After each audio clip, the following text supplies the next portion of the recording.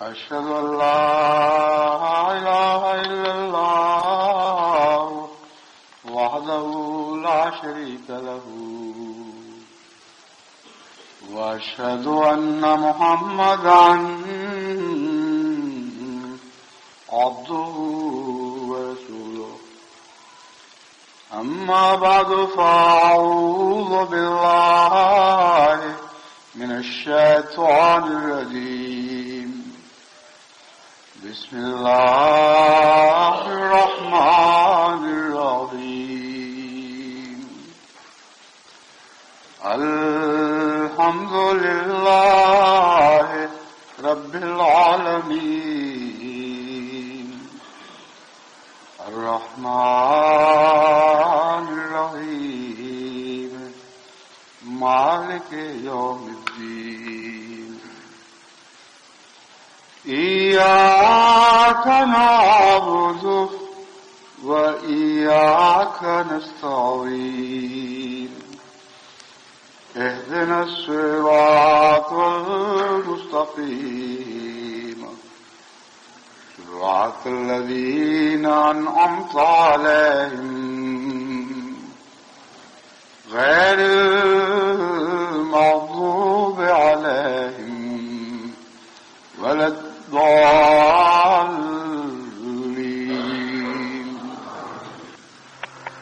فاستقم كما أمرت ومن تاب معك ولا تطغوا إنه بما تعملون بصير.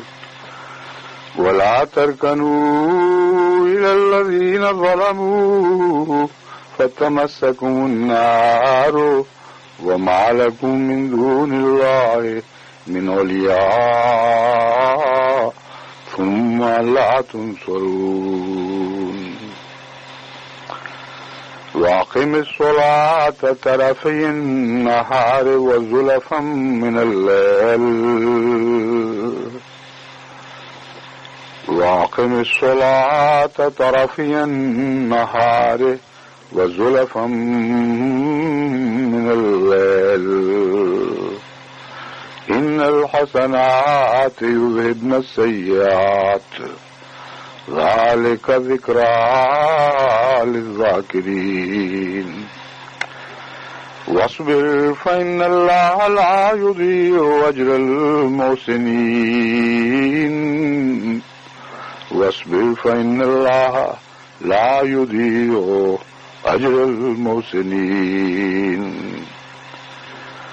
فلولا كان من القرون من قبلكم أولو بقية ينهون عن الفساد في الأرض إلا قليلا ممن أنجينا منهم واتبع الذين ظلموا ما أترفوا فيه وكانوا مجرمين. وما كان ربك ليهلك القرى بظلم وأهلها مصلحون. وما كان ربك ليهلك القرى بظلم وأهلها مصلحون. ولو شاء ربك لجعل الناس أمة واحدة. ولو شاء ربك لجعل الناس أمة واحدة ولا يزالون مختلفين إلا من رحم ربك ولذلك خلقهم. وتمت كلمة ربك لأملأن جهنم من الجنة والناس أجمعين. وكلا نقص عليك من أنباء الرسل ما نثبت به فؤادك وجاءك في هذه الحق وموعظة وذكرى للمؤمنين. وقل للذين لا يؤمنون اعملوا على مكانتكم إنا عاملون وانتظروا إنا منتظرون ولله غيب السماوات والأرض وإليه يرجع الأمر كله فاعبده وتوكل عليه وما ربك بغافل عما تعملون. سورہ ہود آیات 113 اور 124. آج زمانہ بڑی تیزی کے ساتھ اخلاقی انحطاط کی طرف بڑھ رہا ہے، اور وہ روکیں جو فساد کو بڑھنے کی راہ میں حائل تھیں وہ دنیاوی اغراض کی روکیں تھیں، اعلیٰ اقدار کی روکیں نہیں تھیں. اور جب وہ روکیں اٹھیں تو تیزی کے ساتھ دنیا خودغرضی سے اپنے مطالب کے حصول میں کوشاں ہے، اور یہ خودغرضی کی جو نئی لہر اٹھی ہے اس نے تمام عالم کو اپنی لپیٹ میں لے لیا ہے.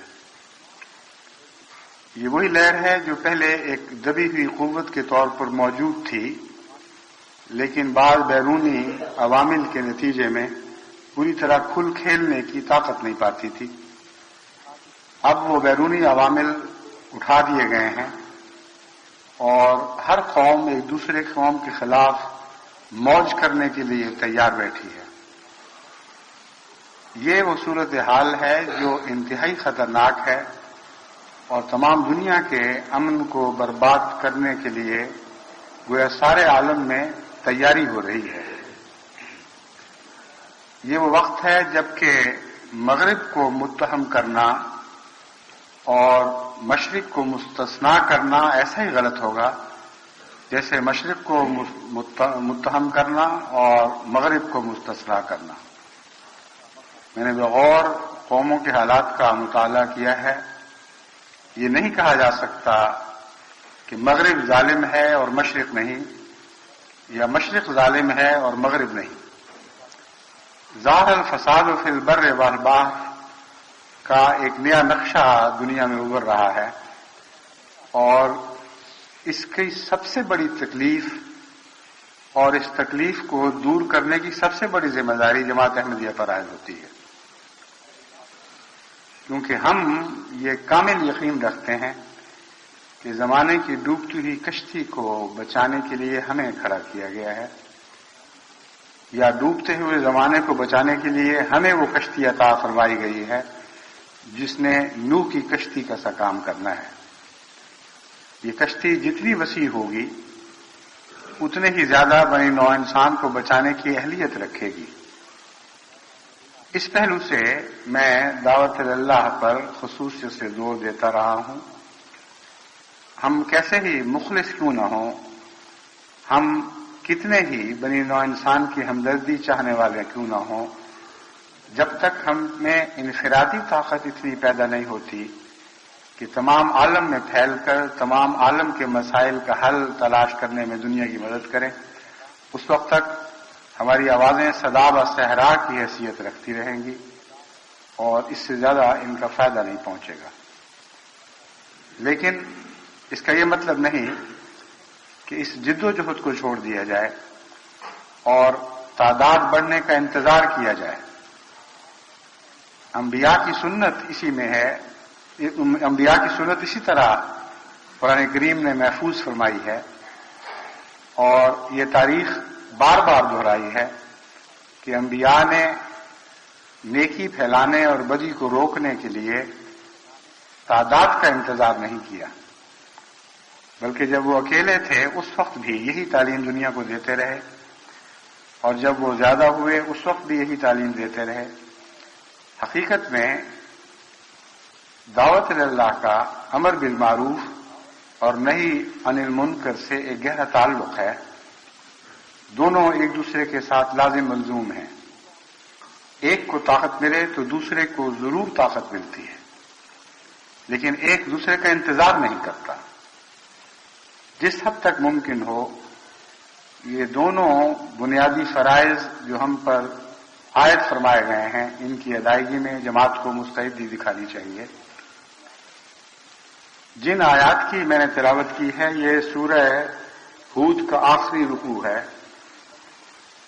سورہ ہود کے متعلق حضرت اقدس محمد مصطفیٰ صلی اللہ علیہ وآلہ وسلم نے ایک موقع پر فرمایا، بعض اور صورتوں کے متعلق بھی، لیکن ہود کو خصوصیت سے آپ نے بیان فرمایا کہ مجھے تو اس صورت نے بوڑھا کر دیا ہے، میرے بال اس صورت نے سفید کر دیے۔ وہ کیا بات تھی اس صورت میں جس کی طرف اشارہ فرماتے ہوئے آپ نے بتایا کہ میں نے اتنا دکھ محسوس کیا ہے کہ گویا میرے بال اس صورت میں بیان فرمودہ قوموں کے دردناک حالات کی وجہ سے سفید ہوئے۔ جہاں تک تفصیلات کا تعلق ہے، سورہ ہود پڑھنے سے ہر احمدی کو ان بدنصیب قوموں کے حالات معلوم ہو سکتے ہیں جو باوجود اس کے کہ انبیاء اور ان کی جماعتوں نے ان کو سنبھالنے کی کوشش کی، لیکن گویا رسیاں توڑا کر وہ اپنی ہلاکت کی گڑھے کی طرف بکٹک دوڑنے لگیں اور بالآخر ہلاک ہو گئیں۔ وہ تاریخ آپ کو قرآن کریم میں مختلف جگہ مذکور دکھائی دے گی، مگر سورہ ہود میں بہت تیز لہروں کے ساتھ اور بار بار اٹھنے والی لہروں کے ساتھ اس تاریخ کا اعادہ فرمایا گیا ہے۔ اور ایک ہی بیٹھک میں جب آپ سورہ ہود پوری پڑھ جاتے ہیں تو پھر آپ کو اندازہ ہوتا ہے کہ وہ کیا غم تھا جس نے حضرت اقدس محمد مصطفیٰ صلی اللہ علیہ وآلہ وسلم کے مقدس بالوں کو سفید کر دیا۔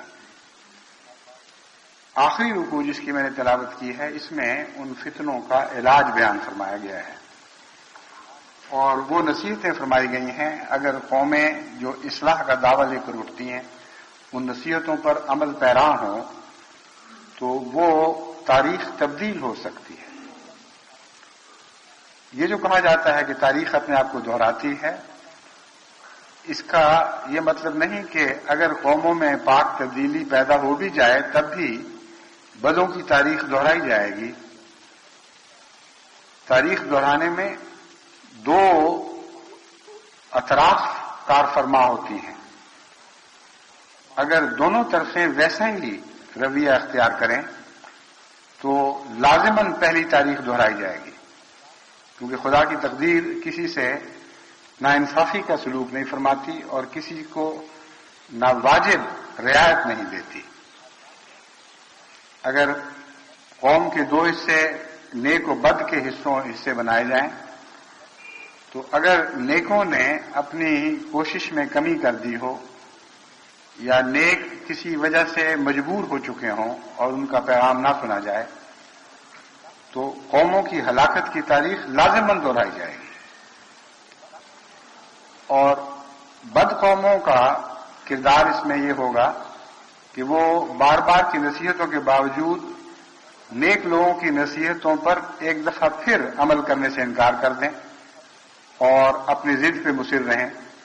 بس یہ دو حصے ہیں قوم کے، اگر یہ اپنی عادات کو تبدیل نہ کریں اور بین ہی وہی اعمال اختیار کریں اور طریق اختیار کریں جو پہلے کیے گئے تو تاریخ دہرائی جائے گی۔ اور یہ تاریخ ضروری نہیں کہ بد ہو۔ چنانچہ سورہ یونس میں اللہ تعالیٰ نے ایک ایسی قوم کا ذکر فرمایا جس کی تاریخ ویسی نہیں تھی جیسی پچھلی قوموں کی تھی، یعنی تاریخ کا نتیجہ وہ نہ نکلا جو پہلی قوموں کی تاریخ کا نتیجہ نکلا، یعنی ہلاکت، اس لیے کہ بالآخر اس قوم نے توبہ کی، استغفار سے کام لیا اور وہ ہلاکت جو ان کی گویا اس طرح مقدر ہو چکی تھی کہ نبی کو مشروط طور پر ان کی ہلاکت کی اطلاع دے دی گئی تھی، لیکن جب قوم نے پاک تبدیلی کر دکھائی تو وہ ہلاکت کی خبر بھی ٹال دی گئی۔ اور قرآن کریم فرماتا ہے کہ کاش یونس کی قوم کی طرح اور بھی قومیں ہوتی کہ جو اس طرح نبی وقت کی ہدایت سے استفادہ کرنے کے بعد بالآخر اصلاح کرتی اور ہلاکت سے بچ جاتی۔ بس تاریخ دہرانے کی جب میں بات کرتا ہوں تو دونوں قسم کی تاریخوں کا قرآن کریم میں ذکر ہے. وہ قومیں جنہوں نے آخر نصیحت پکڑی اور بچ گئیں، اور ان میں سب سے بڑی اور پاکیزہ اور سب سے اونچی مثال حضرت اقدس محمد مصطفیٰ صلی اللہ علیہ وآلہ وسلم کی قوم کی ہے. آپ کی مثال اور حضرت یونس کی مثال میں ایک خدا فرق ہے. حضرت یونس کی مثال بیان کرنے کے بعد میرا فرض ہے کہ آپ کو اس پاکیزہ اور سب مثالوں سے بڑھ کر پاکیزہ مثال سے بھی آشنا کروں اور اس فرق سے مطلع کروں، تاکہ آپ حضرت یونس کی قوم والی دعائیں نہ کریں بلکہ وہ دعائیں کریں جو حضرت محمد مصطفیٰ صلی اللہ علیہ وسلم نے اپنی قوم کے لیے کی تھی. حضرت یونس کی قوم کو نجات ملی، لیکن یونس کی دعا کے نتیجے میں نہیں، بلکہ اس قوم نے جب عذاب کو اپنے سر پر کھڑے دیکھا اور حضرت یونس کے اپنے ملک کو چھوڑ کر ہجرت کر جانے کے بعد ان کو اچانک یہ احساس ہوا کہ سب سے نیک انسان وہی تھا جو ہمیں چھوڑ کر چلا گیا ہے، اور اب اگر عذاب آ جائے تو بعید نہیں ہے. اس قسم کے اور اس سے ملتے جلتے احساسات نے انہیں گریہ وزاری پہ مجبور کیا، اور جب ان کا عذاب ٹل گیا تو حضرت یونس کا رد عمل اس سے بالکل مختلف تھا جو حضرت اقدس محمد مصطفیٰ صلی اللہ علیہ وآلہ وسلم کا رد عمل تھا. آپ کا رد عمل قوم اور آپ کا قوم کے ساتھ جو رشتہ تھا وہ بھی ایک تاریخ بدلنے والا رشتہ تھا، تاریخ کو دہرانے والا رشتہ تھا، مگر بہتر کر کے دہرانے والا. یونس کی تاریخ کو اس رشتے نے دہرایا، مگر بہت بہتر شکل میں اور بدلے ہوئے انداز کے ساتھ. قوم بچ تو گئی جس طرح یونس کی قوم بچی تھی، مگر ایک نئی شان کے ساتھ بچائی گئی، اور وہ شان محمدی کی شان محمدی ہے جس کے نتیجے میں قوم پر فضل ہوا. طائف کے دوران جو حضرت اقدس محمد مصطفیٰ صلی اللہ علیہ وآلہ وسلم سے اہل طائف نے انتہائی ظالمانہ اور بہیمانہ سلوک فرمایا، اس کے نتیجے میں اللہ تعالی اس بات پر آمادہ دکھائی دیتا ہے، اور اس غرض سے فرشتے حضور صلی اللہ علیہ وآلہ وسلم کے پاس پیغامبر بنا کے بھیجے جاتے ہیں کہ اگر تم چاہو تو ان پہاڑوں کے نیچے یہ قوم کچھ لی جائے اور ہمیشہ کے لیے ان کا نشان مٹ جائے. یہ فرشتے بھیجنا اس بات کو ظاہر نہیں کرتا کہ اللہ تعالیٰ نے ان کو مٹانے کا فیصلہ کر لیا تھا، بلکہ خدا تعالیٰ حضرت محمد مصطفیٰ صلی اللہ علیہ وآلہ وسلم کی شان کو نمایاں کر کے دنیا کے سامنے سورج کی طرح روشن صورت میں دکھانا چاہتا تھا، اور یہ بتانا چاہتا تھا کہ اس شان کے نبی بھی دنیا میں آئے ہیں، اور سب شانوں سے بڑھ کر محمد مصطفیٰ کی شان ہے. جب ابھی زخموں سے خون رس رہا تھا، جب بدن کا انگ انگ دکھ رہا تھا، انتہائی دردناک حالت میں آپ دعا کر رہے تھے، اس وقت فرشتے ظاہر ہوتے ہیں، اور آپ کا یہ جواب ہے کہ اے خدا، میں نہیں چاہتا یہ قوم ہلاک ہو، یہ نہیں جانتے یہ کیا کر رہے ہیں، کس سے کر رہے ہیں. ایک روایت میں آتا ہے کہ آپ نے وہاں بھی یہ دعا کی جو ایک اور موقع پر بھی فرمائی، اللہم اہد قومی فانہم لا یعلمون. قبل ازیں میں یہ بیان تو کرتا رہا، لیکن بعض علماء کہتے تھے کہ طائف کے ساتھ اس روایت کا تعلق نہیں، یہ کسی اور موقع پر دعا کی گئی تھی. مگر چند دن ہوئے ہیں مجھے تاریخی حوالہ قطعی طور پر مل گیا ہے کہ حضور صلی اللہ علیہ وآلہ وسلم نے طائف کے موقع پر بھی یہ دعا کی کہ اللہم اہد قومی فانہم لا یعلمون، اے میرے اللہ اس قوم کو ہدایت دے، یہ نہیں جانتے. تو دیکھیں سنت یونس اور سنت محمد مصطفیٰ صلی اللہ علیہ وآلہ وسلم میں کتنا فرق ہے. وہاں قوم کی ندامت اور پشیمانی نے قوم کو بچایا ہے، یہاں قوم کو کوئی ندامت نہیں تھی، کوئی پشیمانی نہیں تھی، لیکن حضرت اقدس محمد مصطفیٰ صلی اللہ علیہ وآلہ وسلم کی رحمت بے قرار نے ان کو بچایا ہے. آپ کے دل میں ایک رحمت کا ٹھاٹھے مارتا ہوا سمندر تھا، ظالموں کے حق میں بھی آپ دعا کرنے والے تھے. یہ واقعہ میں نے خصوصیت کے ساتھ جماعت کے سامنے اس لیے رکھا ہے کہ صرف پاکستان کے مظالم کا سوال نہیں ہے، تمام دنیا میں جماعت کے خلاف مظالم کرنے کا پوٹینشل، بنیادی طور پر اہلیت موجود ہے۔ جہاں بھی آپ ترقی کریں گے آپ کے خلاف سازشیں ہوں گی، جہاں بھی آپ ترقی کریں گے وہاں آپ کے خلاف مظالم ہوں گے، اور یہ تاریخ مظالم کی بار بار دہرائی جانے والی تاریخ ہے۔ یہ نہ سمجھیں کہ پاکستان میں حالات تبدیل ہو گئے تو اس کے بعد آپ کے لیے ہمیشہ کے لیے آسانی اور سبک رفتاری کا سفر ہوگا۔ ہر قدم پر روکے پڑنے والی ہیں۔ جس جس ملک میں آپ سر اٹھائیں گے اور جس جس ملک میں آپ کا سر اٹھانا ایک قوت کے ساتھ ہوگا، ایسی علامتیں رکھتا ہوگا کہ اس سے دشمن یہ سمجھے کہ اب یہ غالب آنے والے ہیں، وہاں کیسا ہی مہذب ملک کیوں نہ ہو لازماً آپ کی شدید مخالفت ہوگی، اور یہ لمبا سفر ہے۔ تو کس کس کی ہلاکت کی دعا کریں گے؟ کس کس کی تباہی چاہیں گے؟ گویا آپ سب دنیا کو بچانے کی بجائے ساری دنیا کو ہلاک کرنے کے لیے مبعوث فرمائے گئے ہیں۔ اس لیے جو رد عمل آج پاکستان کے حق میں دکھانا ہے وہی ہمیشہ کے لیے آپ کا رد عمل ساری دنیا کے متعلق طے شدہ رد عمل ہے۔ اس لیے جو نصیحتیں قرآن کریم نے سورہ ہود کے آخر پر حضرت صلی اللہ علیہ وسلم کو مخاطب کر کے فرمائیں، وہ میں نے آپ کے سامنے پڑھ کر سنا دی ہیں، اور اب میں ان کا ترجمہ بھی کرتا جاتا ہوں، اور جہاں مناسب ہوا ان کی تشریح کروں گا تاکہ آپ کو بتاؤں کہ جماعت کو کس کردار کو اپنانا ہے اور اس سے چمٹ جانا ہے۔ بدی چاہتے ہوئے اپنے انتقام کی جو طبی بات ہے پیاس کو پورا نہ کریں، بلکہ وہ انتقام لیں جو حضرت محمد مصطفیٰ صلی اللہ علیہ وسلم کا انتقام تھا، جس نے فتح مکہ کے وقت انتقام کی ایک ایسی نئی تاریخ قائم کر دی جس کی ایک چھوٹی سی مثال یوسف اور اس کے بھائیوں کے معاملے کے طور پر قرآن کریم میں بیان ہوئی، لیکن بہت محدود مثال تھی۔ ایک بھائی نے اپنے بھائیوں کو معاف کیا تھا، لیکن حضرت محمد مصطفیٰ صلی اللہ علیہ وسلم نئی شان یوسفی کے ساتھ دنیا کے سامنے جلوہ گر ہوئے، اور شدید ترین دشمنوں کو بھی آپ نے آنے واحد میں معاف فرما دیا۔ ایسے دشمنوں کو بھی معاف فرما دیا جنہوں نے آپ کے محبوب صحابہ جیسے حضرت حمزہ رضی اللہ تعالیٰ عنہ تھے، ان کا کلیجہ نکال کے چبا لیا، ان کو بھی معاف فرما دیا گیا۔ بس وہ شان یوسفی ہے جو دنیا کو بچانے والی شان ہے، جس کے نتیجے میں اس عالم کی بقا کے امکانات پیدا ہو سکتے ہیں۔ اگر وہ شان جماعت احمدیہ نے نہ دکھائی تو یہ دنیا ہلاک شدہ سمجھے۔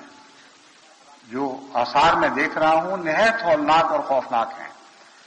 قومیں خواہ وہ ترقی یافتہ ہوں خواہ غیر ترقی یافتہ ہوں، سب ظالم ہو چکی ہیں، اور ظلم ایک دوسرے کے خلاف چڑھائی کر رہا ہے، ظلم ایک دوسرے کے خلاف موجیں مار رہا ہے۔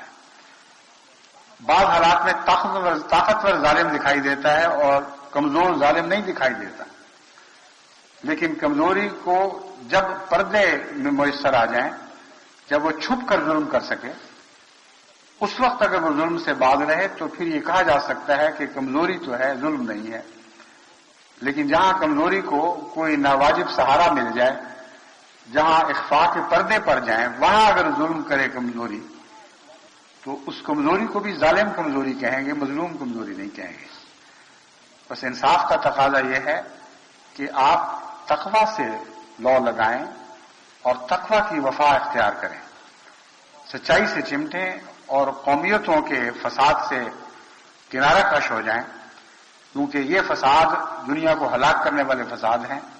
رنگ و نسل کی تمیز سے بالا ہو کر اگر آپ نے دنیا کو ہدایت اور نیکی کی طرف بلایا تو پھر آپ میں یہ قدرت ہوگی کہ آپ تمام عالم کو ایک ہاتھ پر اکٹھا کر دیں۔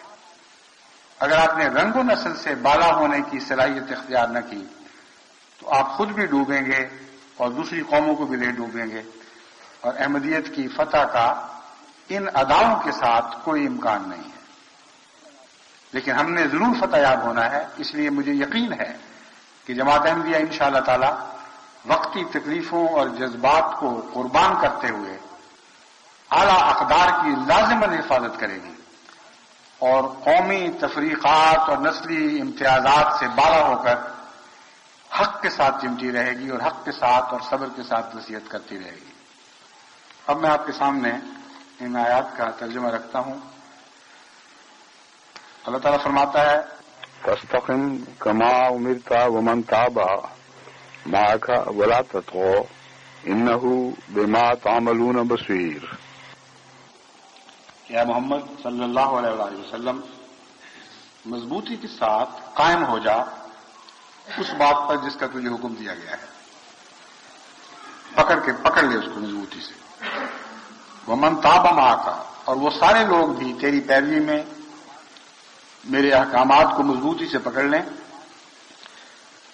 جنہوں نے تیرے ساتھ توبہ کی، جنہوں نے توبہ کر کے تیرے ساتھ شمولیت اختیار کی ہے۔ ولا تطغوا، اور تم حدوں کو نہ پھیلاؤ، حدوں سے تجاوز نہ کرو، یعنی توازن کو ہاتھ سے نہ جانے دو۔ تطغوا کا مطلب ایک تو یہ ہے کہ قرآن کریم نے جو حدود مقرر فرمائی ہیں ان کو پھلان کر بے راہ روی اختیار نہ کرنا، اور دوسرا تطغوا کا مطلب یہ ہے توازن اختیار کرو، کسی معاملے میں بھی، خواہ وہ دنیا کے ہوں یا دین کے ہوں، تو درمیانی حد سے تجاوز نہ کرو، اپنے معاملات کو متوازن رکھو۔ إنه بما تعملون بصير، اور یاد رکھو کہ خدا تعالیٰ تمہارے اعمال پر نظر رکھ رہا ہے، اور چونکہ اعمال کا نتیجہ اللہ تعالیٰ نے مترتب فرمانا ہے، اس لیے اگر ہمارے اعمال کی گہرائیوں میں بھی رکھنے ہوئے اور نیتوں میں فتور ہوا تو نیک نتیجہ بہرحال نہیں نکلے گا۔ فرمایا ولا ترکنوا الی الذین ظلموا فتمسکم النار وما لکم من دون اللہ من اولیاء ثم لا تنصرون، اور ہرگز نہ جھکو ان لوگوں کی طرف جنہوں نے ظلم سے کام لیا ہے، جنہوں نے ظلم کو اپنا شیوا بنا لیا ہے۔ فتمسکم النار، ایسی صورت میں تمہیں ضرور آگ کا عذاب پہنچے گا۔ وما لکم من دون اللہ من اولیاء، یاد رکھو کہ خدا کے سوا تمہارا دوست کوئی ہے ہی نہیں۔ ثم لا تنصرون، اس دوستی کو چھوڑو گے تو پھر کہیں سے مدد نہیں دیے جاؤ گے۔ کیسا عظیم کلام ہے اور کتنا پیارا اور واضح نقشہ کھینچا گیا ہے الہی جماعتوں کے حالات اور تعلقات کا۔ جو لوگ ظلم کرتے ہیں ان کے ظلم کی وجہ یہ ہوتی ہے کہ وہ اپنے ساتھ شامل کرنا چاہتے ہیں، یعنی ظلم کے نتیجے میں دوست بنانا چاہتے ہیں۔ یہ عجیب الٹی عقل کی بات ہے، لیکن مذہب کے معاملے میں یہی ہوا کرتا ہے۔ ظالم ظلم کرتا چلا جاتا ہے اور کہتا ہے میں ظلم سے باز نہیں آؤں گا جب تک میرے ساتھ شامل نہ ہو اور میری طرز اختیار نہ کرو، میرے جیسے نہ بن جاؤ تو میں تمہیں مارتا چلا جاؤں گا۔ فرمایا ہرگز ان کے جیسا نہیں بننا، کیونکہ ظالم تمہارا کیسے ہو سکتا ہے؟ جو تم سے نفرت کا سلوک کر رہا ہے اور ظلم کا سلوک کر رہا ہے وہ تمہارا ہو ہی نہیں سکتا۔ اور یاد رکھو دنیا میں کوئی بھی تمہارا نہیں ہے، جب تم خدا کے ہو گئے تو سب تمہارے دشمن ہو چکے ہیں۔ اسی لیے میں آپ کو بتا رہا تھا کہ دنیا میں ہر جگہ جہاں بھی جماعت کی ترقی کے امکانات پیدا ہوں گے لازماً آپ پر ظلم ہوگا۔ قرآن کریم یہ فرما رہا ہے، اور قرآن کریم کی ہر بات لازماً اور قطعی طور پر سچی ہوتی ہے۔ تو یہ ظلم ایک فطری ظلم کی کیفیت کا نام ہے۔ جب بھی کوئی خدا والا بنتا ہے اور خدائی جماعتیں دنیا میں قائم ہوتی ہیں ان کے خلاف ساری دنیا کا ظلم ایک لازمی نتیجہ ہے، خواہ وہ پہلے ظاہر ہو یا بعد میں ظاہر ہو، لیکن فطرتاً اہلیت کے لحاظ سے وہ ظلم ان سب قوموں میں موجود ہے۔ اور قرآن کریم نے متنبع فرمایا ما لکم من دون اللہ من اولیاء، یاد رکھو خدا کے سوا کوئی تمہارا ولی نہیں ہے، کوئی تمہارا دوست نہیں ہے۔ اس کو چھوڑ دو گے ثم لا تنصرون، پھر کوئی تمہاری مدد نہیں کرے گا، خواہ تم ظلم کے سامنے سر تسلیم خم کر دو یا نہ کرو، اس سے قطع نظر یہ ظالم تمہارے کبھی نہیں ہو سکیں گے۔ اور ظالموں کا یہ رویہ ہے، وہ ایک دفعہ اپنے ساتھ شامل کرنے کے بعد 2-4 دن ہی دیگیں چڑھایا کرتے ہیں، 2-4 دن ہی پھولوں کے ہاتھ پہناتے ہیں، پھر کبھی بھی نہیں رہتے ان کی مصیبتوں میں ساتھ شامل نہیں ہوتے۔ کبھی ظالموں کو آپ یہ نہیں دیکھیں گے کہ کسی کو مرتد کیا اور پھر اس کے لیے درد دل سے دعائیں ہو رہی ہیں، اس کی کمزوریوں کو دور کرنے کی کوشش کی جا رہی ہے، اس کے اخلاق کی اصلاح کی کوشش کی جا رہی ہے۔ سارے ارتداد کی تاریخ پر نظر ڈال کر دیکھ لیں، ایک بھی جگہ آپ کو استثناء دکھائی نہیں دے گا۔ کتنا سچا کلام ہے۔ فرمایا ثم لا تنصرون، یہ لوگ جھوٹ بولتے ہیں، ساتھ شامل کر کے خدا سے تعلق کاٹ دیں گے لیکن تمہارے نہیں بن سکیں گے۔ دوسرا علاج یہ فرمایا، ایک تو یہ ہے کہ ان جیسا نہیں بننا، اس میں مذہب کی تبدیلی صرف مراد نہیں بلکہ عادات کی تبدیلی بھی مراد ہے۔ مشرق میں اگر مذہب کی تبدیلی پر زور دیا جا رہا ہے تو مغرب میں بنیادی اسلامی معاشرے کو چھوڑ کر غیر اسلامی معاشرہ اختیار کرنے پر زور دیا جاتا ہے، اور کہتے ہیں اگر تم نے ہمارے ملکوں میں بسنا ہے، ہمارے اندر شامل ہونا ہے تو تمہیں اپنے معاشرے کو ترک کرنا ہوگا، ہمارے معاشرے کو اپنانا ہوگا۔ اب یہ وہ ایسا مقام ہے جہاں ایک مومن کا کام ہے کہ فراست سے کام کرے۔ معاشرے 2 طرح کے ہوتے ہیں، ایک قومی عادات اور روایات کی بنا پر جن کا مذہب سے کوئی ٹکراؤ نہیں ہوتا، وہاں ہر احمدی کی قوم سے محبت اور وفا کا تقاضا یہ ہے کہ ان حصوں کو اپنا لے جن حصوں میں خدا چھوڑ کر کوئی معاشرہ اختیار نہیں کرنا پڑتا یا معاشرتی اطوار اختیار نہیں کرنے پڑتے۔ لیکن ایک وہ معاشرہ ہے جو کل عالم کا مشترکہ معاشرہ ہے جس سے اسلام قائم کرنا چاہتا ہے، وہ اعلیٰ اخلاقی اقدار پر مبنی معاشرہ ہے، اس کا کسی قومیت سے تعلق نہیں، وہ اسی طرح انگریز کا ہے جیسے ہندوستانی کا ہے، اسی طرح جاپانی کا ہے جیسے پاکستانی کا، نہ مشرق کا فرق نہ مغرب کا، وہ معاشرہ بین الاقوامی معاشرہ ہے، یعنی نور محمد مصطفیٰ کا معاشرہ ہے جس کے متعلق فرمایا لا شرقیت ولا غربیہ۔ وہ ایسا معاشرہ ہے جس کو تم نہ مشرق کا قرار دے سکتے ہو نہ مغرب کا۔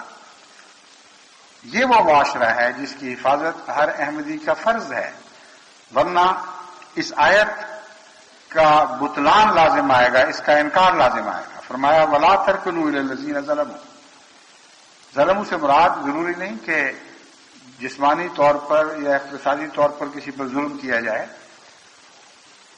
ظلموں سے مراد شرک بھی ہے، شرک کرنے والے، بدیاں کرنے والے، گناہ کرنے والے لوگ، ہر قسم کی خدا سے دوری اختیار کرنے والے، یہ سارے ظالم ہیں۔ اور قرآن کریم میں ظلم کی اصطلاح ہر قسم کی تاریکی پر اطلاق پاتی ہے۔ تو فرمایا کہ جن معاشروں میں خدا سے دوری کی تاریکی موجود ہے، اس تاریکی کو نہ اپنا لینا۔ اگر تم نے اپنا لیا تو یہ بھی جھوٹ بولتے ہیں کہ تمہیں اپنا سمجھ لیں گے۔ مشرق مشرقی رہے گی، اگر وہ مشرقی ہو تم تو یاد رکھنا کہ مغرب مغربی رہے گی، اور یہ دونوں اس طرح امتزاج اختیار نہیں کر سکتے کہ ایک ہو جائیں۔ اس کی وجہ ہے، اس کی وجہ مغربیت اور مشرقیت نہیں ہے، بلکہ اس کی وجہ یہ ہے کہ بعض قومیں طاقتور ہیں اور بعض کمزور ہیں، اور کمزور قومیں جب طاقتور کے رنگ اختیار کرتی ہیں اور ان کی نقلیں اتارتی ہیں تو طاقتور قومیں ظاہری طور پر ان سے حسن سلوک بھی کریں، لیکن نفسیاتی طور پر وہ اور زیادہ اس یقین پر کامل ہو جاتی ہیں کہ یہ گھٹیا اور ذلیل لوگ ہیں، اور ان کا احساس برتری پہلے سے بھی بڑھ جاتا ہے۔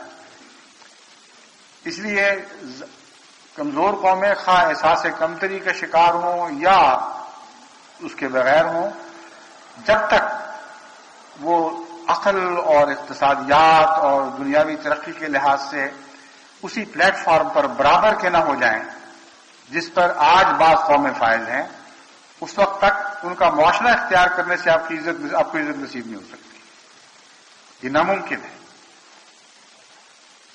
مشرق میں جاپان ایک بڑی قوم کے طور پر ابھرا ہے.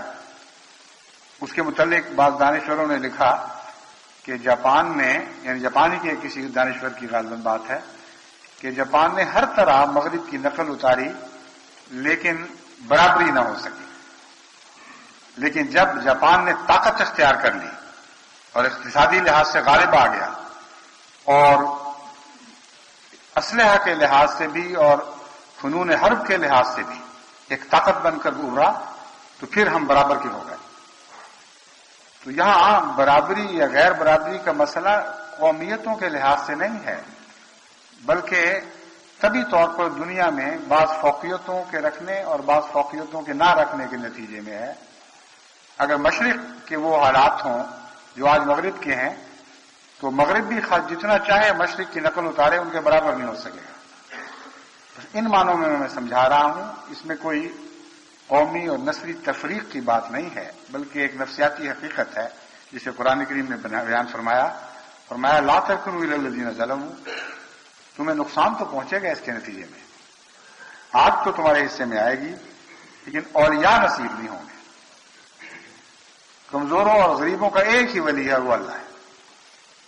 وہی ہے جو اتنا جھکتا ہے آسمان سے کہ زمین کے پست ترین رہنے والوں سے بھی تعلق قائم کر لیتا ہے اور تحت الثری میں بسنے والوں سے بھی ایک تعلق قائم کر لیتا ہے. اس کے سوا کوئی دوسرا ولی ہو ہی نہیں سکتا. انسان تو بنیادی طور پر متکبر ہے اور ذرا سی اس کو فضیلت حاصل ہو جائے تو نچلے آدمی کو نچلا ہی سمجھتا ہے اور اس کے ساتھ جھک کر اس کے برابری اختیار نہیں کیا کرتا. تو مشرق میں بسنے والی قوموں پر، احمدیوں پر جہاں ظلم ہو رہے ہیں، ان کے لیے بھی یہ نصیحت اسی طرح کارگر ہے جس طرح مغرب میں بسنے والے احمدیوں پر جو غیر اسلامی معاشرے سے متاثر ہو کر ان لوگوں کے رنگ اختیار کرنے لگتے ہیں. جہاں جہاں اسلامی قدروں کو قربان کر کے وہ رنگ اختیار کرتے ہیں وہاں وہ گھاٹے میں ہیں. جہاں ان قدروں کو قربان کیے بغیر اچھی باتیں اور دنیا کے لحاظ سے بے ضرر باتیں اختیار کرتے ہیں وہاں وہ خوبی بن جاتی ہے. بس احمدی کو بالغ نظر ہوتے ہوئے اس طرح معاملات کا تجزیہ کرنے کے بعد آخری فیصلہ سچائی کے حق میں دینا چاہیے، اور اسی کا نام تقویٰ ہے، اسی کا نام عقل کل ہے. اگر جماعت احمدیہ سچے معنوں میں گہری تفصیل کے ساتھ متقی ہو جائے تو اتنی عقل مند جماعت بنے گی کہ دنیا کی کوئی جماعت، کوئی قوم اس کا مقابلہ نہیں کر سکے گی. کیونکہ آخری بات عقل اور حکمت کی بات ہی ہوا کرتی ہے جو جیتا کرتی ہے.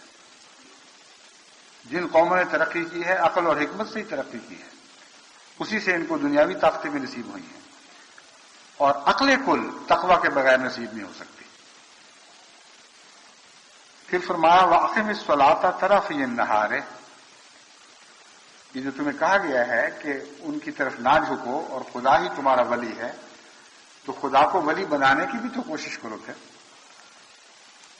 اور اس کی ولایت کو پکا کرنے کی کوشش کرو. کیونکہ یہ تمہیں بات سمجھ آ چکی ہے کہ خدا کے سوا کوئی تمہاری مدد نہیں کرے گا. اس کا طریق فرمایا وَأَقِمِ الصَّلَاةَ طَرَفَيِ النَّهَارِ، اپنے دنوں کو عبادتوں سے گھیر لو. صبح بھی عبادت کرو اور شام کو بھی عبادت کرو، اور راتوں کو بھی عبادت کے محافظ اپنے لیے قائم کرو. یعنی اپنی عبادت، راتوں کی عبادت کے ذریعے خود اپنی حفاظت کے سامان کرو. یہ ہے ولایت کا معنی جس کو قرآن کریم نے اس نصیحت کے مان بعد بیان فرمایا کہ خدا کے سوا تمہارا کوئی ولی نہیں ہے. مدد ملے گی تو وہاں سے ملے گی. کن کو ملے گی، کیسے ملے گی، کس طرح پھر اللہ تعالیٰ تمہاری حفاظت فرمائے گا؟ فرمایا عبادتوں کے ذریعے تمہیں یہ اعلیٰ مقصد نصیب ہوگا. أَقِمِ الصَّلَاةَ طَرَفَيِ النَّهَارِ، دن کے دونوں کناروں پر عبادت کے نگہبان مقرر کر دو. صبح بھی عبادت کرو اور شام کو بھی عبادت کرو، اور رات کو بھی کچھ اٹھ کر عبادت کیا کرو. اور پھر یاد رکھو ان الحسنات یذہبن السیئات، نیکیاں ضرور بدیوں کو مٹا دیا کرتی ہیں. اب یہ ایک عجیب بیان ہے، اور ایسا بیان ہے جس کو ٹھہر کر نسبتاً زیادہ گہرائی میں جا کر سمجھنا چاہیے۔ عام طور پر ہم دنیا کی تاریخ میں یہ دیکھتے ہیں کہ نیکیاں ظاہر ہوتی ہیں، سچائیاں ظاہر ہوتی ہیں، اور بار بار بدیاں ان پر غالب آ جاتی ہیں اور سچائیاں کل عدم ہوتی ہوئی دکھائی دیتی ہیں۔ کتنے نبی دنیا میں آئے، آدم سے لے کر حضرت محمد مصطفیٰ صلی اللہ علیہ وآلہ وسلم تک بار بار نیکیوں کی لہریں اٹھیں، لیکن بالآخر وہ دب گئیں اور ہم نے برائیوں کو بدیوں میں تبدیل ہوتے دیکھا۔ قرآن کریم ایک عجیب اعلان فرما رہا ہے، حیرت انگیز طور پر ایک انقلابی اور مختلف اعلان ہے جو بظاہر تاریخ کے مخالف ہے، اور وہ ہے ان الحسنات یذہبن السیئات۔ حسنات ہیں جو برائیوں کو کھا جایا کرتی ہیں اور ختم کر دیا کرتی ہیں۔ اب اسی نیکی اور بدی کے مقابلے کی تاریخ کو ایک اور طرح سے دیکھیں تو ایک دم تبدیل شدہ منظر آنکھوں کے سامنے ابھرتا ہے۔ بدی کرنا انسان کے لیے آسان کام ہے اور یہ پہاڑ سے نیچے اترنے والی بات ہے، اور نیکی کرنا ایک مشکل کام ہے اور یہ پہاڑ پر چڑھنے والی بات ہے۔ اور قرآن کریم نے اسی مثال کے طور پر نیکی کو بیان فرمایا۔ جب بدیاں پھیلتی ہیں، میں یہ بعد میں بتاؤں گا کہ اس وقت حسنات کی کیا کیفیت ہوتی ہے، تو ایک آسان کام ہے اور ہر قسم کے طبی محرکات اور عوامل بدیوں کی تائید میں بیٹھے حرکت کر رہے ہوتے ہیں۔ بڑا مشکل کام ہے اپنی نیکی کو سنبھال کر رکھنا، اور جب بدیاں زور مارتی ہیں تو ایک دفعہ انسان نیچے جانا شروع ہو تو وہ گرتے چلا جاتا ہے۔ اس کے مقابل پر بدیوں کو نیکی میں تبدیل کرنا یہ ایک بہت بڑی قوت چاہتا ہے، اور اگر یہ ہو تو یہ معجزہ ہے، اور ہر نبی کے وقت یہی ہوا کرتا ہے۔ اور سب سے زیادہ شان کے ساتھ یہ معجزہ حضرت اقدس محمد مصطفیٰ صلی اللہ علیہ وسلم کے زمانے میں ہوا، جہاں ایک دفعہ خدا نے یہ اعلان فرمایا ہے، محمد ہم تجھے ایسی تاریک رات میں، یعنی اس لیلۃ القدر میں جو زمانے کی لیلۃ القدر ہے، بھیج رہے ہیں کہ ظہر الفساد فی البر والبحر، ساری دنیا میں ہر طرف خشکی ہو یا تری ہو، مذہبی دنیا ہو یا غیر مذہبی، فساد پھیل چکا اور غالب آ گیا ہے۔ ظاہرہ کا مطلب ہے غالب چڑھ دوڑا ہے دنیا پر، جس طرح موجیں چڑھ جایا کرتی ہیں اس طرح فساد چڑھ گیا ہر چیز پر۔ ایسی حالت میں خدا تعالیٰ نے رسول اللہ علیہ وسلم کو فرمایا ان الحسنات یذہبن السیئات، یاد رکھو جو نیکیاں ہم نے تجھے بخشی ہیں ان نیکیوں میں یہ طاقت ہے کہ بدیوں پر غالب آ جائیں، اور وہ نیکیاں جن کا گہرا خدا کی ذات سے تعلق ہوتا ہے، جو عبادت کے نتیجے میں نصیب ہوتی ہیں، جو ولایت کے نتیجے میں نصیب ہوتی ہیں، وہ نیکیاں کبھی مغلوب نہیں ہوا کرتی۔ اور ہر نبی کے زمانے میں تھوڑا یا بہت یہ معجزہ آپ رونما ہوتا دیکھیں گے کہ کامل بدی میں سے نیکی نکلنی شروع ہوتی ہے، اندھیروں سے رات کی جو شعائیں پھوٹتی ہیں، راتوں سے دن کی شعائیں پھوٹتی ہیں، اور اللہ تعالیٰ کے فضل کے ساتھ سعید روحوں کی ایک درخشندہ صبح نمودار ہو جایا کرتی ہے، کہیں تھوڑی کہیں زیادہ، مگر تھوڑی بھی ہو تو ایک عظیم فتح ہے۔ حسنات نے ثابت کر دیا کہ ہر طاقت ان کے مقابلے میں جتھا کر لے اور انسانی فطرت ان طاقتوں کی تائید میں کھڑی ہو، تب بھی جو سچی نیکیاں ہیں ان کو غالب آنے کی استطاعت ہے، اور خدا تعالیٰ کی تقدیر یہ ہے کہ وہ ضرور غالب آئیں گے۔ بس اگر نیکیاں غالب نہ رہیں اور مغلوب ہو جائیں تو یاد رکھیں وہ نیکیاں نہیں ہیں، ان کا جو چاہے نام رکھ لیں، نیکیاں مغلوب نہیں ہوا کرتی۔ اس دور کی باتیں ہیں جبکہ لوگ اپنے دین کو بدل چکے ہوتے ہیں، جبکہ تعلق باللہ کی بجائے ریاکاری شروع ہو چکی ہوتی ہے، جبکہ وحدانیت کی بجائے انانیت جگہ لے لیتی ہے اور انسان نفس پرست ہو جاتا ہے۔ اس وقت جو عبادتیں آپ کو دکھائی دیتی ہیں بالکل کھوکھلی اور بے معنی عبادتیں ہوتی ہیں، اور وہی زمانہ ہے جبکہ بدیاں نیکیوں پر جو بظاہر نیکیاں ہوتی ہیں غالب آنے لگتی ہیں. چنانچہ قرآن کریم نے اس مضمون کو بارہا مختلف رنگ میں بیان فرمایا ہے. فرماتا ہے اس کے بعد ایسے لوگ ان کے وارث بن گئے جو حقیقی طور پر نیک نہیں رہے تھے، وہ بدیوں کے شکار ہو چکے تھے. بس وہ نسل جو نیکیوں پر قائم ہو اور سچی نیکیوں پر قائم ہو وہ مغلوب نہیں ہوا کرتی. 3 نسلوں تک ہم دیکھتے ہیں، 3 صدیوں تک حضرت صلی اللہ علیہ وسلم کی عطا کردہ نیکیاں دنیا پر غالب آتی چلی گئی ہیں. معاشرے میں برائیاں بھی آئیں تو بہت محدود حصے میں، اور بالعموم وہ معاشرہ نیکی کا معاشرہ تھا جہاں نیکی پنپی ہے، اور نیکی کے پنپنے کے نتیجے میں جو دوسری سعادتیں قوموں کو نصیب ہوا کرتی ہیں وہ ساری نصیب ہوئی. جب نیکی آتی ہے تو یہ صرف روحانی طور پر کسی قوم کو فضیلت نہیں بخشتی بلکہ دنیاوی فضیلتوں کے پیغام بھی ساتھ لاتی ہے. وہ مقصود نہیں ہوتے، لیکن نیکی کے اندر ایک بنیادی صفت ہے کہ نیک آدمی غالب آنے کے لیے بنایا گیا ہے، اور اس کا غلبہ صرف مذہب کے دائرے میں محدود نہیں ہوتا بلکہ وہ غلبہ ایک عمومی حیثیت اختیار کر جاتا ہے اور قوم بحیثیت قوم غالب آ جاتی ہے. مذہب کی تاریخ میں ہر جگہ آپ کو یہ بات بار بار دہرائی جاتی دکھائی دے گی، اور حضرت صلی اللہ علیہ وسلم کے زمانے میں بھی ایسا ہی ہوا. بس یہ بات اللہ تعالیٰ نے یاد کروا دی ہے کہ تم راتوں کو اٹھ کر عبادت کرنا، لیکن اس کے لیے ایک ہم کسوٹی بھی تمہیں دیتے ہیں. اگر تم سچے عبادت گزار ہوئے، ایسے عبادت گزار ہوئے کہ تمہیں ولایت نصیب ہو، تو اس کی علامت یہ ہوگی کہ تمہاری نیکیاں بدیوں پر غالب آئیں گی. اور یہ مضمون 2 طرح سے ظاہر ہوگا. ایک یہ کہ جو شخص ایک سچے معنوں میں ایک نیکی اختیار کرتا ہے اس کی نیکی پرورش پاتی ہے، بڑھتی ہے، پھولتی اور پھلتی ہے، اور رفتہ رفتہ گناہوں کو سرکا کر باہر نکالنا شروع کر دیتی ہے. بعض لوگ ہیں انہوں نے ایک چھوٹا سا نیکی کا عہد کیا ہوتا ہے، ایک وقت میں ایک نیکی کا عہد کر لیتے ہیں، اور پھر ان کا انجام ولایت پر ہوتا ہے، ابرار میں موت ہوتی ہے. یہ مضمون ہے جو انفرادی حیثیت سے صادق آتا ہے اور بالکل سچا اور قطعی مضمون ہے. جو شخص خدا کی خاطر نیکی کا عہد کرے اور نیکی پر قائم ہو جائے، خواہ وہ چھوٹی ہی نیکی کیوں نہ ہو، ابتدا میں ایک نیکی کا ایک معمولی حصہ ہی کیوں نہ ہو، اس میں نشو و نما کی طاقت ہوتی ہے اور وہ ضرور رفتہ رفتہ انسان کی کایا پلٹ دیتی ہے. چنانچہ بہت سے اولیاء اللہ کے حالات کا آپ مطالعہ کریں تو آپ کو معلوم ہوگا کہ وہ آنن فانن ایک دن یا ایک رات میں ولی نہیں بنائے گئے تھے.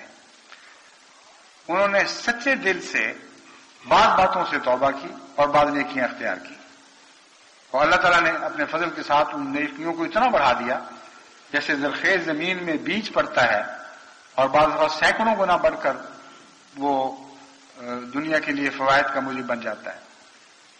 بس نیک آدمی کی ذات میں نیکی پرورش پاتی ہے، ایک اس کا یہ مطلب ہے. دوسرا یہ ہے کہ قومی طور پر اگر آپ نیک ہوں گے اور سچے نیک ہوں گے تو غیر سوسائٹی پر آپ کو غلبہ نصیب ہوگا، اور ضرور ہوگا. یہ ہو ہی نہیں سکتا کہ سچے نیکوں پر بدوں کو غلبہ آتا ہے، اور یہ بات ہم دنیا میں ہر جگہ مشاہدہ کر رہے ہیں. اللہ تعالیٰ کے فضل سے جماعت احمدیہ ہر قسم کے مخالف حالات میں بھی ترقی پذیر ہے، اور مخالفت خواہ تھوڑی ہو یا بڑی ہو، معمولی ہو یا شدید ہو، یہ جماعت میں برکت ہی پیدا کر رہی ہے. بس کتنی سچی بات ہے، ان الحسنات یذہبن السیئات. لیکن اس راز کو اچھی طرح پلے باندھ لیں کہ یہ حسنہ وہی ہے جو خدا سے تعلق کے نتیجے میں پیدا ہو، دنیاوی عادت کے طور پر نہ ہو، دکھاوے کے طور پر نہ ہو، اقتصادی فوائد کی غرض سے نہ ہو. جس طرح بعض قومیں لمبا اقتصادی تجربہ رکھتی ہیں تو تجارتی معاملات میں بالکل صاف ہوتی ہیں، اور بعض نادان سمجھتے ہیں بڑی سچی قومیں ہیں، حالانکہ جہاں ان کی تجارت کو حقیقی معنوں میں خطرہ درپیش ہو وہاں یہ سب نیکیاں بالکل ٹوٹ پھوٹ کر بیکار اور ضائع ہو جاتی ہیں اور بکھر جاتی ہیں. وہ قائم نہیں رہ سکتی، وہ وفا کرنے والی نیکیاں نہیں ہوتی. وفا کرنے والی نیکی وہی ہے جس کا تعلق اللہ تعالی سے ہو اور خدا کی عبادت کے نتیجے میں وہ پرورش پائے. ایسی نیکی ہر قسم کے مخالفانہ حالات میں بھی زندہ رہنے اور باقی رہنے کی صلاحیت رکھتی ہے. اسی لیے میں بارہا جماعت کو متوجہ کر چکا ہوں کہ قرآن کریم نے نیکی کی تعریف میں باقی ہونا داخل فرما دیا. صالحات وہی ہیں جو باقیات بھی ہیں. کتنی عظیم کتاب ہے، کیسا فصیح و بلیغ کلام ہے. ایک جگہ جس بات کا ذکر فرمایا گیا ہے لازماً ہر جگہ اس قرآن میں جو 23 سال میں نازل ہوا ہے اسی مضمون کو دہرایا گیا ہے اور اس کو تقویت دی گئی ہے اور مختلف زاویوں سے پیش کیا گیا ہے. سارے قرآن کریم میں ایک بھی آپ کو تضاد دکھائی نہیں دے گا. بس ان الحسنات یذہبن السیئات اور حسنات کا باقیات ہونا یہ دراصل ایک ہی مضمون کی دو شکلیں ہیں. بس جماعت احمدیہ کو جو مقابلے درپیش ہیں ان کی باقی باتیں انشاءاللہ میں آئندہ بیان کروں گا، کیونکہ جتنی آیات تلاوت کی گئی ہیں وہ زیادہ ہیں اور وقت تشریح کے ساتھ بیان کرنے کا تھوڑا تھا. اس لیے میں اسی آیت پر اس خطبے کو ختم کروں گا کہ یذہبن السیئات کے مضمون کو سمجھیں، اور اس میں ایک گہرا راز ہے. چنانچہ قرآن کریم نے متنبع فرمایا ہے ذالک ذکریٰ للذاکرین. یاد رکھو کہ معمولی بات نہیں ہے، کوئی یوں ہی محاورہ نہیں ہے جس طرح بعض دانشور محاورے گھڑ دیا کرتے ہیں اور وہ بڑے حد لذیذ بھی ہو جایا کرتے ہیں. ذکریٰ للذاکرین، جو اللہ کا ذکر کرنے والے لوگ ہیں، جو گہری فہم رکھنے والے لوگ ہیں، ان کے لیے بہت بڑی نصیحت ہے اس میں. بس غالب آنے کا آپ کو راز سمجھایا گیا ہے، ایسا راز جو اتنا قطعی اور قوی ہے کہ وہ کبھی ناکام نہیں ہوگا اور کبھی آپ سے بے وفائی نہیں کرے گا. آپ کی تبلیغ کی کامیابی کا ایک ایسا راز آپ کو بتلا دیا گیا کہ وہ براہ راست آپ کو بے شک دکھائی نہ دے کہ تبلیغ میں مومد ہوگا، لیکن قرآن کریم کی بات جھوٹی نہیں ہو سکتی. آپ اپنی ذات میں حسنات کو قائم فرمائیں، اور قائم کرنے کا طریق یہ ہے کہ عبادت کے ذریعے اپنا ذاتی تعلق اللہ تعالیٰ سے بڑھائیں. دن کو بھی عبادت کریں، رات کو بھی عبادت کریں، اور ذکرہ سے نصیحت حاصل کریں. ذکرہ خدا کے ذکر کو بھی کہتے ہیں، ذکرہ تاریخ میں آنے والی قوموں کے حالات کو بھی کہتے ہیں جو سبق آموز حالات ہوں.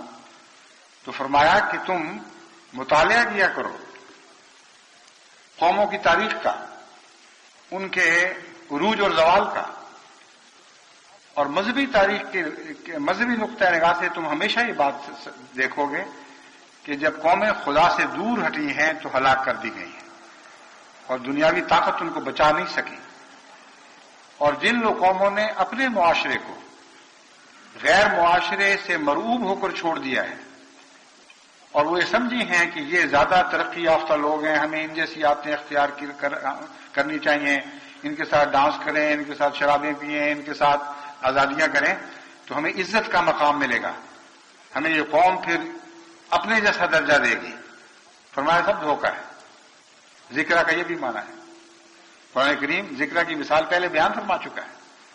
کہتے بے وقوف نہ بننا، انسانی نفسیات کے خلاف باتیں ہیں. ناممکن ہے کہ بدوں کے رنگ اختیار کر کے تمہیں عزت نصیب ہو جائے. عزت حاصل کرنے کے لیے خدا کے رنگ اختیار کرنے ہوں گے، اس جیسے اخلاق اپنانے ہوں گے. عزت حاصل کرنے کے لیے ایسی حسنات کو اختیار کرنا ہوگا جن کے اندر یہ غالب طاقت موجود ہے کہ وہ بدیوں کو زائل اور باطل کرتی چلی جاتی ہے. اور نیکی وہی ہے جو غالب ہو کر چمکے. جیسے کہتے ہیں جادو وہ جو سر چڑھ کر بولے. حقیقت میں جب ایک احمدی سچی نیکی اختیار کرتا ہے تو اس کا معاشرہ اس سے متاثر ہو رہا ہوتا ہے، اس سے مروب ہو رہا ہوتا ہے. ظاہری طور پر چند دن باتیں ہوتی ہیں کہ جی تم پاگل ہو، کسی زمانے کے انسان ہو، آج کے ساتھ تمہارا کوئی تعلق نہیں رہا. لیکن نیکی دل میں گہرا اثر کرنے والی چیز ہے. اور کچھ عرصے کے بعد جو لوگ ایک نیک کو تان و تشنیع کا نشانہ بناتے ہیں وہ اس سے مروب ہوتے چلے جاتے ہیں، اس کی عزت کرتے چلے جاتے ہیں، اس سے نیکی کے رنگ سیکھنے لگتے ہیں. اور نیک انسان اکیلا نہیں رہتا، وہ ایک جاگ کے قطرے کی طرح ہوتا ہے جسے خاص سمندر میں بھی پھینک دیا جائے اس کے مقدر میں بڑھ نہیں بڑھنا ہے. حضرت محمد مصطفیٰ صلی اللہ علیہ وسلم کے زمانے میں یہ تاریخ اسی طرح دہرائی گئی تھی، یعنی نیکیوں کی تاریخ، لیکن بہت بڑی شان کے ساتھ. جو پہلے برتنوں میں دہرائی جاتی تھی، جو پہلے تالابوں میں دہرائی جاتی تھی، وہ تمام عالم کے سمندروں میں دہرائی گئی. اور حضرت محمد مصطفیٰ صلی اللہ علیہ وسلم کو ساری دنیا کی اصلاح کے لیے قائم فرمایا گیا. آپ نے وہی کام کرنا ہے تو اسی طریق پر کرنا ہوگا جس طریق پر خدا نے آپ کو سمجھایا اور آپ نے کر کے دکھایا. اللہ تعالیٰ ہمیں اس کی توفیق عطا فرمائے.